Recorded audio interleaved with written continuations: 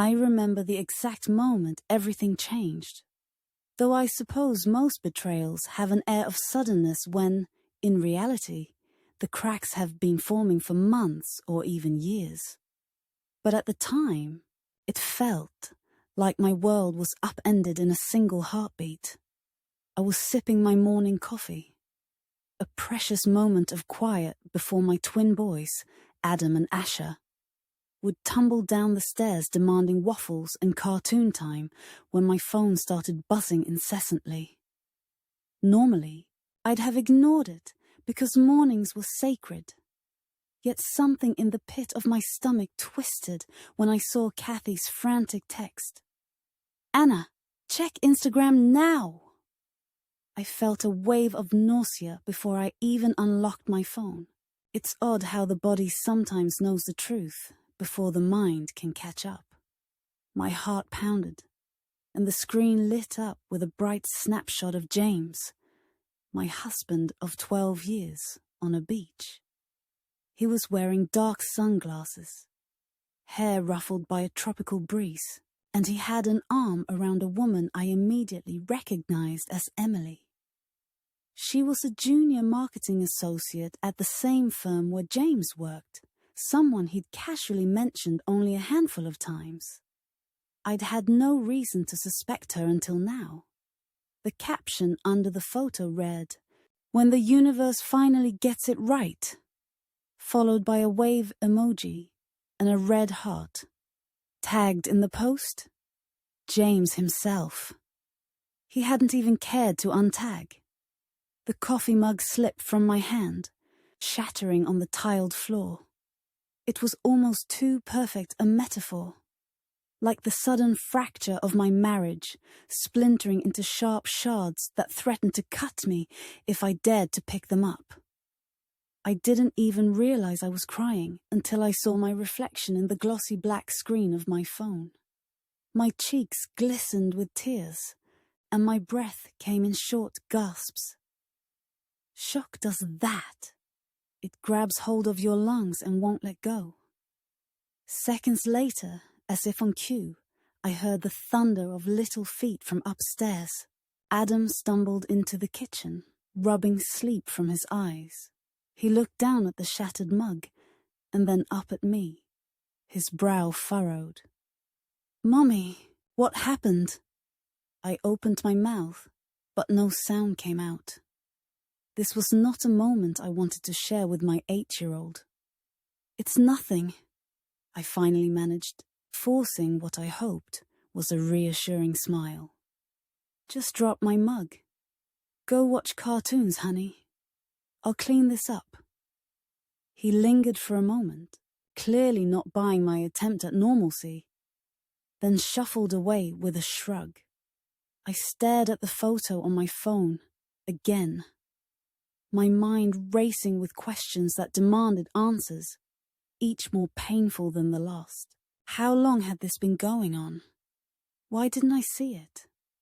And above all, how could James flaunt it so shamelessly? I tried calling him. No answer. I tried texting him, shaking hands, tapping out a message I couldn't believe I was writing. "Is there something you want to tell me about Emily?" The text remained unread. Fury rose, but I was also sick to my stomach, imagining them together on some beach, her in a skimpy bikini, him watching her with the same warm eyes that once focused on me. My phone buzzed again. "Kathy." I answered on the first ring. The moment I heard her voice, I broke down. She didn't need me to say anything. The silence on my end must have spoken volumes. "Anna," she said softly, "I'm coming over." By the time Kathy arrived, I had cleaned up the shards of ceramic and tried to steady my trembling hands by scrubbing the kitchen counter, then the sink, then rearranging the spice rack. Any busy work to keep myself from collapsing. She appeared at my door in jeans and an old college sweatshirt, her curly hair still damp from a rushed shower. She opened her arms and I sank into them. We sat down at the table together, not caring that the kids were in the living room. They were engrossed in a cartoon with the volume turned up. Kathy glanced at my phone and winced. "Anna, I'm so sorry," she said, shaking her head. "I only found out about this through a friend who follows Emily on Instagram. I thought maybe you knew, or suspected something." "I didn't," I whispered. "James told me he was on a business trip to finalize a client deal. He said he'd be gone 3 days." My voice cracked. He never even mentioned her name. The morning devolved into a blur after that. I busied myself making the kids breakfast, feeding them, trying and failing to hide my tears. When James finally called back around noon, I was numb. He had a litany of excuses, each more transparent than the last. I let him talk, not offering a single word, just letting his cowardice spill out until he finally had to stop. Then he said the one sentence that made the blood roar in my ears. "I'll explain everything when I get home," as if there was any explanation that could repair the damage. For the rest of that day, I moved through my routine like a ghost, dropping the kids at soccer practice, picking up groceries, ignoring the curious looks from neighbors who must have sensed something was off from my puffy eyes and forced half-smile. Kathy stayed by my side, quietly supportive, helping with the kids, reminding me to eat, driving me when my hands wouldn't stop shaking. I might have collapsed entirely if she hadn't been there. She was the anchor that kept me from drifting into a sea of despair. That night, after the kids were in bed, I curled up on the living room couch, scrolling through Emily's Instagram feed in the dim light. She had posted more pictures. Shots of coconut drinks, lounge chairs by the pool, a romantic dinner set up by candlelight. In one video, James leaned over to kiss her cheek. My heart pounded so hard I thought I would faint. I could almost smell the salt in the air, could almost see the glimmer in James' eyes. The same look he used to give me. I didn't realize I was crying again until I felt tears slip off my chin onto my phone screen. When I could take it no more, I tapped out of Instagram and by sheer muscle memory opened my Bible app. It was still on Psalm 91. A verse that had given me comfort countless times in my life. My mother always said that Psalm 91 was a protective prayer, a shield in times of trouble. My eyes skimmed over the words, "He will cover you with his feathers, and under his wings you will find refuge. His faithfulness will be your shield and rampart." I wanted to believe in that promise so desperately. In that moment, it felt like clinging to a life raft in the middle of a storm.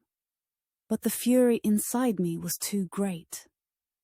I couldn't find solace in anything. That night, I slept fitfully, haunted by images of them together, the waves crashing behind them, her bright smile, and his absent ring finger in every shot. The next morning, James flew back. When he entered our home, our sanctuary, there was no trace of remorse on his face, just a heavy weariness, as though he were the victim. He set his suitcase down in the hallway, and I confronted him before he could even remove his coat. "How could you?" My voice wavered between a shout and a sob. "You didn't even try to hide it. You let her post pictures." James rubbed his temples, looking cornered. "It's not what you think, Anna.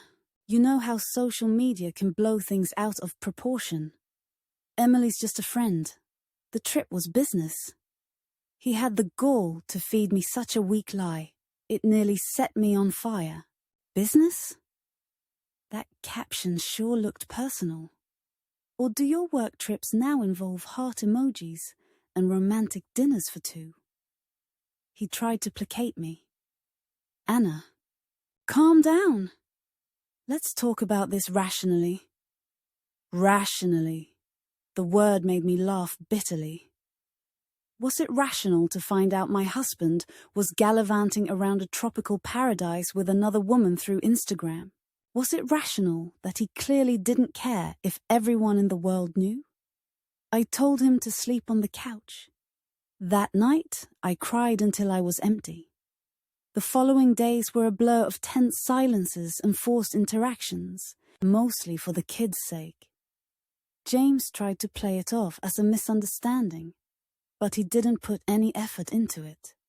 He was tired of lying, or maybe just tired of me. He stayed on his phone late at night, tiptoeing around so I wouldn't overhear his calls. But I knew exactly who he was talking to. Every time I saw his phone light up with her name, a fresh jolt of pain rippled through me. In the midst of this storm, my mother-in-law decided to weigh in. Margaret had always looked at me with thinly veiled disapproval, as though I'd stolen her boy away from her. When she called, her voice dripped with fake concern. "I've been hearing things, Anna," she said, letting each word hang. "James is in a complicated situation, but maybe if you had paid more attention to his needs."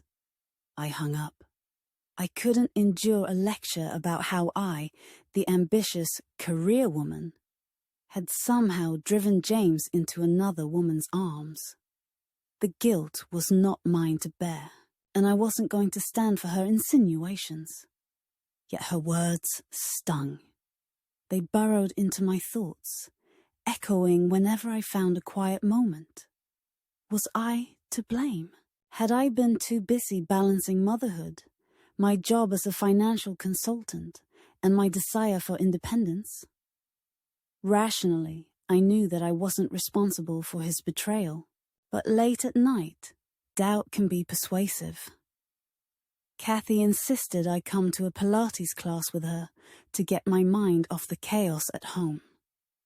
Exercise, she said, would help me sleep, help me focus, or at least exhaust me enough to stave off the panic attacks that lurked at the edges of my consciousness. So I went, wearing old leggings and a t-shirt stained with splotches of hair, dye from a self-pampering experiment gone wrong. I felt unkempt and self-conscious, but I tried to bury that under the intention to do something good for myself. Of course, that's precisely when Emily showed up, because why wouldn't she? Life has a dark sense of humor. She strode into the studio, clad in matching lilac Lululemon gear, her hair pulled into a neat ponytail, greeting the instructor with a breezy smile. She didn't notice me at first. Her eyes were glued to her phone. But the moment our eyes locked, her expression turned from mild surprise to a smug little half smile. I was trembling as we set up our mats. My stomach churned. Kathy positioned herself between us, but Emily maneuvered around mid-class, settling her mat uncomfortably close to mine. The final straw was when the instructor guided us into downward dog, and Emily whispered, "We should talk. James says you're being difficult about this." I nearly lost it right there in the middle of class. My muscles tensed so much that my arms buckled. I shot upright and turned to face her, my voice low. "Funny," I snapped. "He used that same word when complaining about your data entry mistakes last quarter." She blinked, caught off guard. I saw a flicker of annoyance flash across her face. For a second, I imagined lunging forward, but Kathy's hand on my arm stilled me. We left soon after, ignoring Emily's self-satisfied gaze. Sitting in my minivan afterward, I tried to slow my breathing. The audacity of that woman, calling me difficult, as though I were an inconvenience in her newly claimed territory, infuriated me. I texted Kathy. Since when do homewreckers do downward dog? She texted back a string of angry face emojis and told me to breathe. I scrolled through the verse of Psalm 91 that had been in my app, but the words felt like they were mocking me. 1,000 may fall at your side, 10,000 at your right hand, but it will not come near you. I wanted to believe that a shield of divine protection stood between me and Emily's smug face, but my shattered heart convinced me otherwise. In the days that followed, I found myself hiding in odd places, like the church pantry. I volunteered there once a week, helping to sort donations and organize supplies. It was supposed to be a place of comfort. But one morning, I ended up sobbing in front of a Costco-sized container of communion wafers. Kathy found me there, tears streaming down my cheeks. The container clutched to my chest like a lifeline. He bought her a necklace, I choked out, the words nearly strangling me, identical to the one he gave me for our 10th anniversary. And he used our joint account. My voice cracked with disbelief. He's not even hiding it anymore. Kathy's face fell. She reached out and squeezed my arm. She didn't tell me to calm down or be the bigger person. She just listened. Then, after a moment, she grabbed my phone, opened my Bible app, and flicked to Psalm 91. She read softly, "His faithfulness will be your shield and rampart." I let out a bitter laugh. Shield? I need a flamethrower.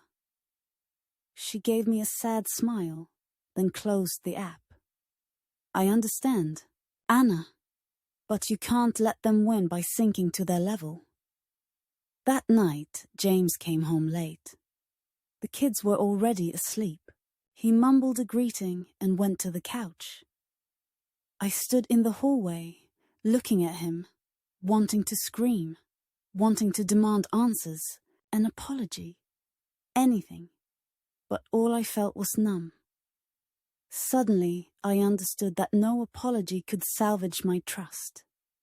As he snored, I found myself flipping through Psalm 91 again, reading it like a war chant, trying to summon enough courage to do what I knew I had to do.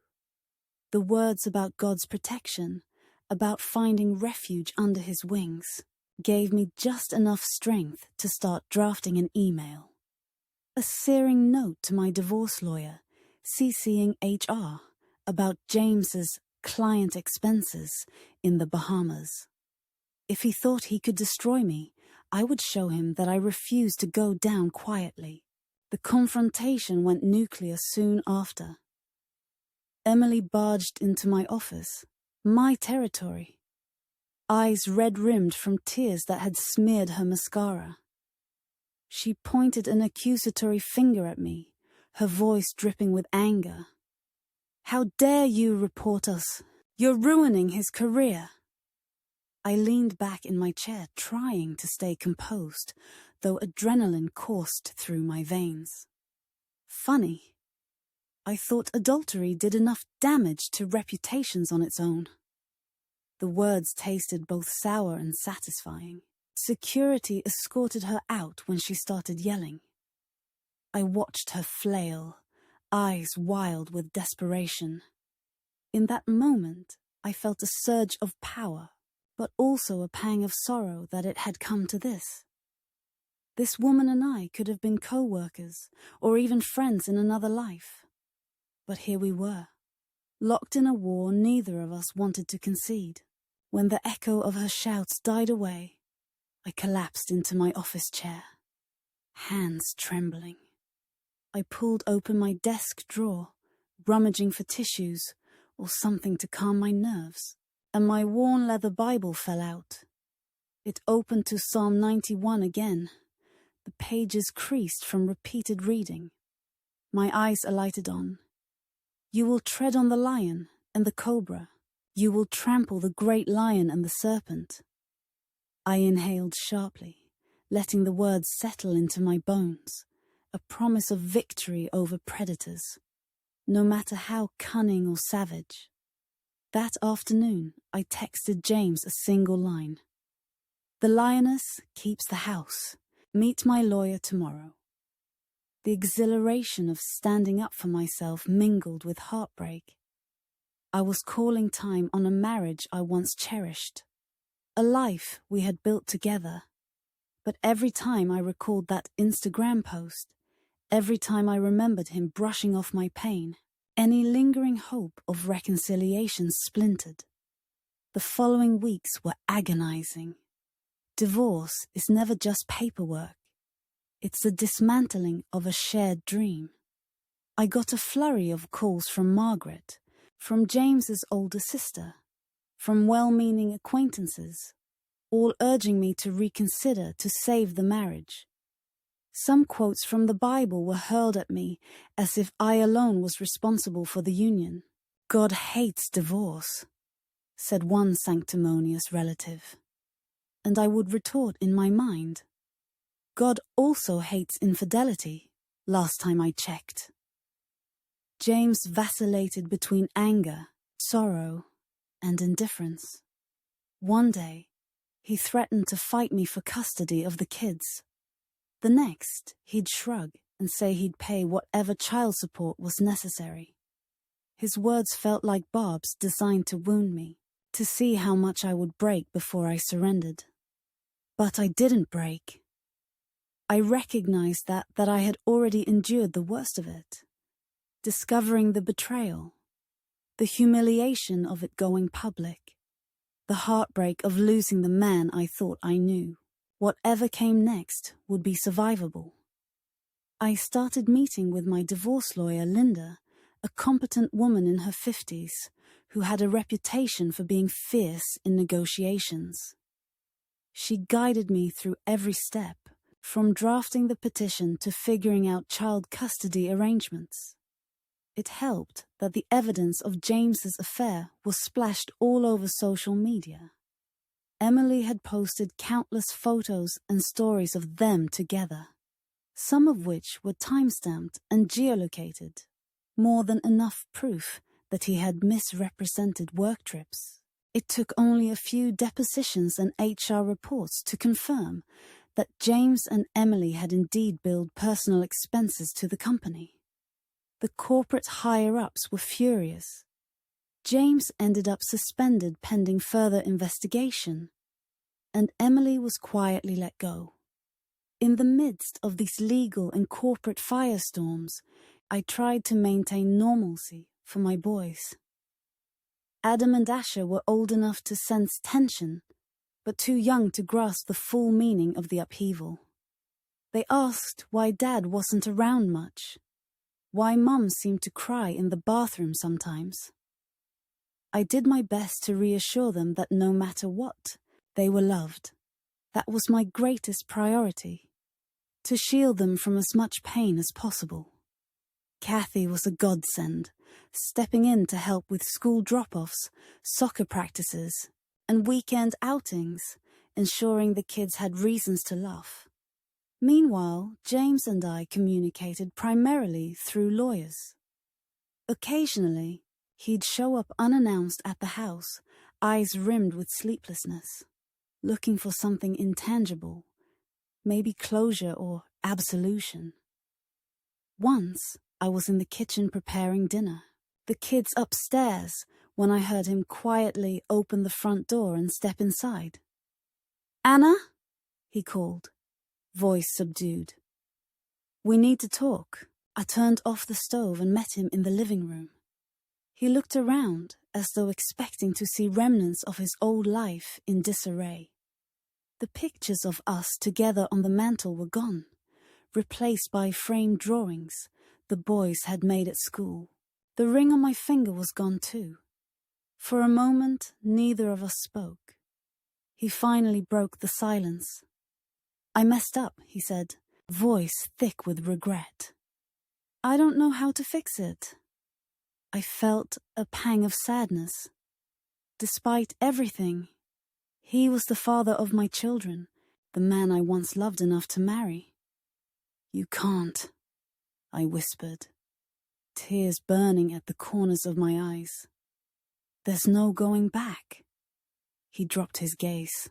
I lost my job, he confessed. Corporates launching a full audit.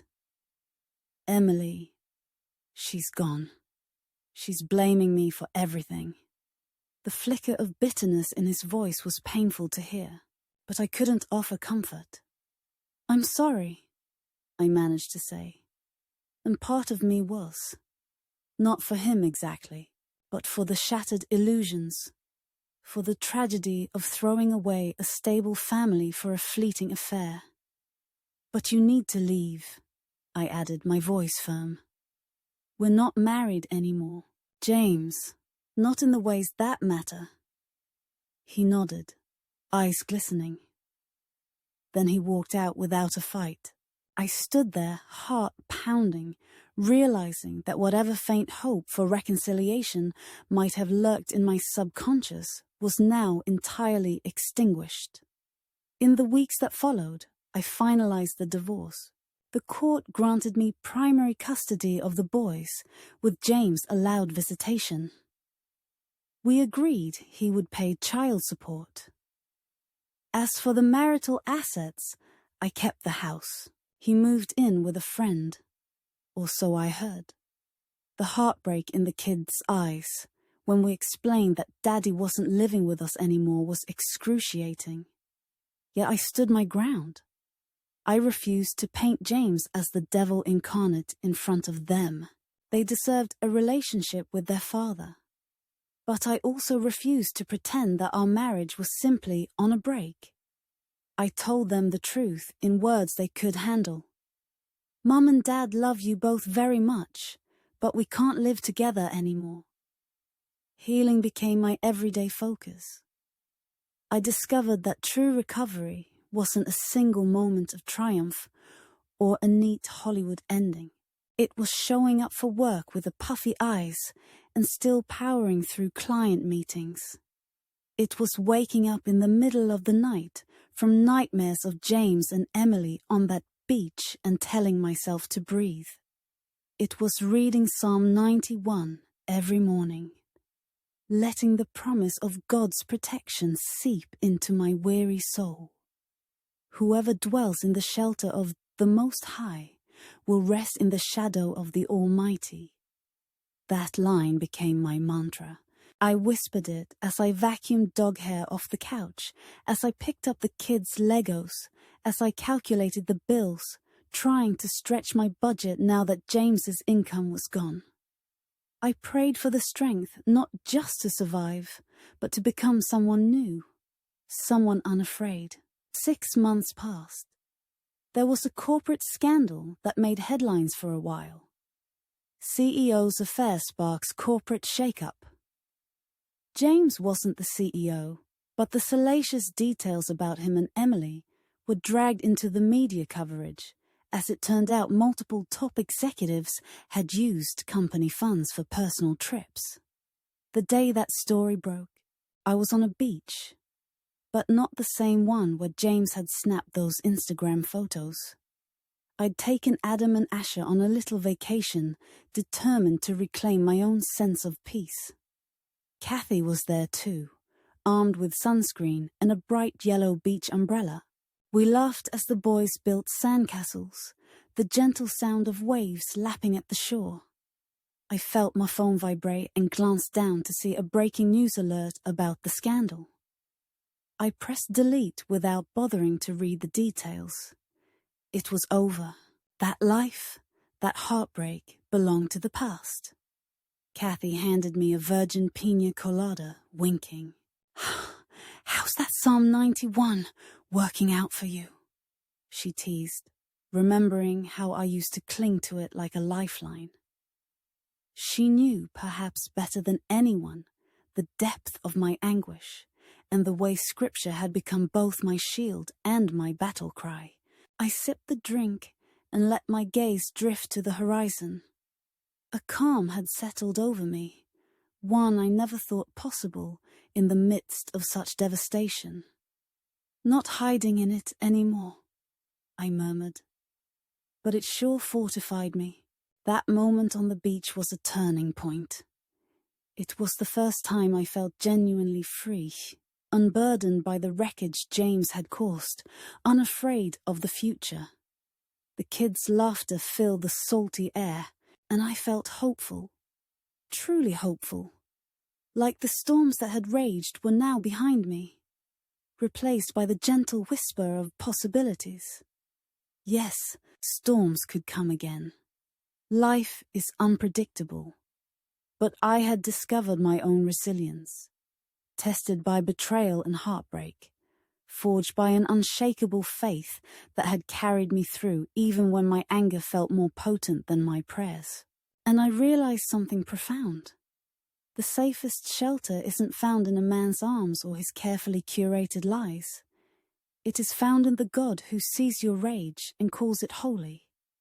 The God who offers wings of protection and an inner strength that can outlast any tempest. Months later, after the divorce dust had fully settled, I began writing a memoir, a personal account of the ordeal, part exposé, part confessional, part testimonial of faith. I poured my rawest emotions onto the page, recounting how easily a betrayal can happen in plain sight, how quickly trust can be shattered, and how deeply one can claw their way back from despair.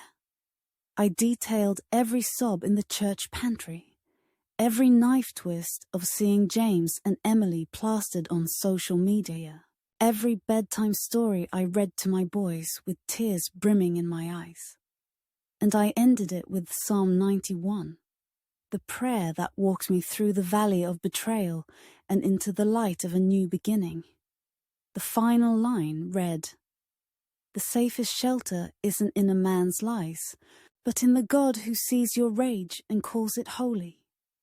When I wrote those words, I felt a sense of catharsis. Memories came flooding back, like the day I picked up the shards of that broken coffee mug, or the moment I confronted Emily in Pilates, or the day I mustered the courage to text James that the lioness keeps the house. Each memory was a stepping stone, guiding me away from a false paradise and into a landscape where I determined my fate, no longer tethered to deceit. People who've read early drafts of my memoir asked if I regretted anything, like letting James slip away or failing to see the signs sooner. My answer is always the same. My only regret is not trusting myself enough at the beginning, not pushing back when I felt those first flickers of suspicion. But regret, I learned, is a poison that paralyzes you in the past. Acceptance propels you forward. Today I can look at my reflection in the mirror and see a woman who's been through the fire and emerged stronger. That doesn't mean I'm untouched by hurt. I have scars, invisible fissures that ache sometimes. But I also have a deeper understanding of my worth, of the protective love I have for my children, and of the unbreakable faith that carried me through nights of weeping into days of quiet resolve. I won't pretend it's easy. Single motherhood has its trials. There are days I feel utterly exhausted, or nights when I feel difficult questions from the boys about why we can't all live together again. But with each challenge, I find a reservoir of strength I never knew I possessed. And in those moments, I recall the words that sustained me. He will cover you with his feathers, and under his wings you will find refuge. Yes, I found refuge in prayer, in faith, and in my own unyielding spirit. Every so often, I still hear from James. He calls to coordinate custody schedules or to ask about the boys' doctor appointments. I keep the conversations polite, but distant. Sometimes he tries to apologize again or bring up memories of our happier days, as if nostalgia can be a balm for betrayal. I no longer react. I remain calm, reminding myself that I've already fought that battle and I've chosen to move on. As for Emily, I've heard she moved to another city, trying to start fresh. Part of me pities her. She was young and naive, or maybe just as broken as James in her own way. Still, I can't forgive the harm she helped inflict, at least not yet. Maybe one day, when enough time has passed, I'll be able to let it go completely. Forgiveness is a journey, not a switch you flip. But I won't let that grudge consume me. My story isn't about holding on to bitterness. It's about claiming my life back from the wreckage. Kathy remains my closest friend. She often jokes that if it weren't for Pilates, I never would have faced Emily so directly. Maybe I should open a side business. Yoga for the betrayed, she quips. We laugh at the absurdity, but there's truth in it. Exercise became one of my coping mechanisms, a way to reconnect with my body after feeling so out of control. And in that sense, maybe Emily unwittingly did me a favor by confronting me there. I realized I was stronger, physically, mentally, spiritually, than I had given myself credit for. When I look back, it's surreal to think of how quickly my life changed. The morning that started in peaceful oblivion, sipping coffee while the world was about to collapse at my feet. And now here I am, forging a life where I stand on my own terms, untethered from the lies that once held me captive. The quiet joys have become more vivid. The boys' laughter, the salty breeze of a summer beach, a scripture verse that resonates in my soul. Even mundane tasks, like folding laundry or cooking dinner, remind me I have a home where love and honesty are the foundations. I'm not naive. Storms come and go, but I'm not afraid of the rain anymore. In the past, I thought marriage was my sanctuary. Then I discovered that trust can be shattered by a single Instagram post. Now, I know my true sanctuary lies within. My faith, my sense of self, my unwavering conviction that I'm worthy of honesty and respect. It's not about a false sense of security or denial of life's storms. It's about learning to dance in the downpour, shielded by something far more lasting than human promises. That is the spirit in which I'm raising my boys. I want them to know that mistakes happen, that people can betray each other and cause deep wounds. But I also want them to see resilience and accountability in action. I won't speak ill of their father in front of them. I refuse to be that kind of parent. Instead, I'll show them what it means to stand up for yourself, to trust your instincts, and to seek refuge in a faith that transcends human failings. They deserve to learn that not every relationship is a fairy tale, and that's okay. Because real strength comes from navigating the storms, not avoiding them. Sometimes I still recite Psalm 91 before bed, almost like a lullaby to my soul. I've highlighted it in my Bible so many times that the ink bleeds through the pages. It reminds me of who I am now. A woman who found shelter in more than a verse, who found shelter in a truth that set her free. I might not be hiding anymore, but I am indeed fortified. I am proof that heartbreak need not define us. It can refine us. Life goes on, and so do I. Some days I wake up with a smile, energized to tackle work deadlines, plan a family outing, or simply enjoy a quiet cup of coffee. No frantic texts, no shattered mugs, no illusions. Other days I feel the old hurt creeping in, especially if I glimpse an old family photo buried in the attic, or hear a song that played at our wedding. But I allow myself to feel that sorrow and then gently release it, reminding myself that healing isn't about erasing the past, but about making peace with it. In that sense, I'm no longer the woman who dropped her coffee mug in shock that morning. I'm someone new, someone who faced betrayal head-on and refused to crumble. I keep a small piece of that broken mug in a drawer, a jagged fragment of porcelain. I don't do it to wallow in pain, but to remember how quickly life can crack under pressure, and how it's possible to pick up the pieces and rebuild a mosaic that's still beautiful, perhaps more so because of its imperfections. And so, as I watch my sons grow into kind, curious boys, as I celebrate small victories like finalizing a tough project at work or learning a new yoga pose, I hold on to a profound sense of gratitude.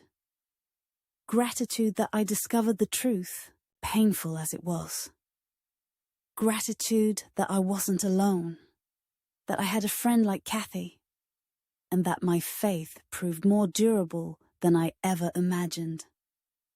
Gratitude that I found my voice and used it, summoning the courage to confront betrayal, to face it unblinking, to say no more. Because the safest shelter, I learned, isn't in a man's lies. It isn't in the illusions we weave to avoid loneliness.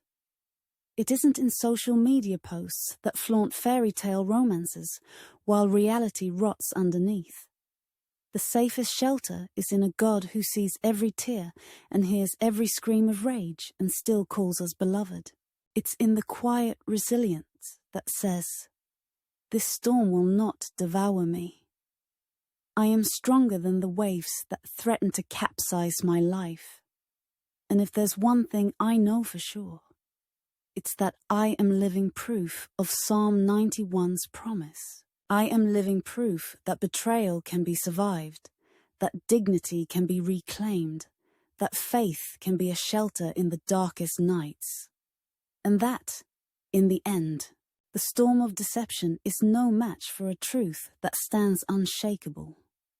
My rage was holy, my heartbreak purified, and my spirit, fortified by divine love, rose from the ashes to greet a new dawn, liberated and fierce."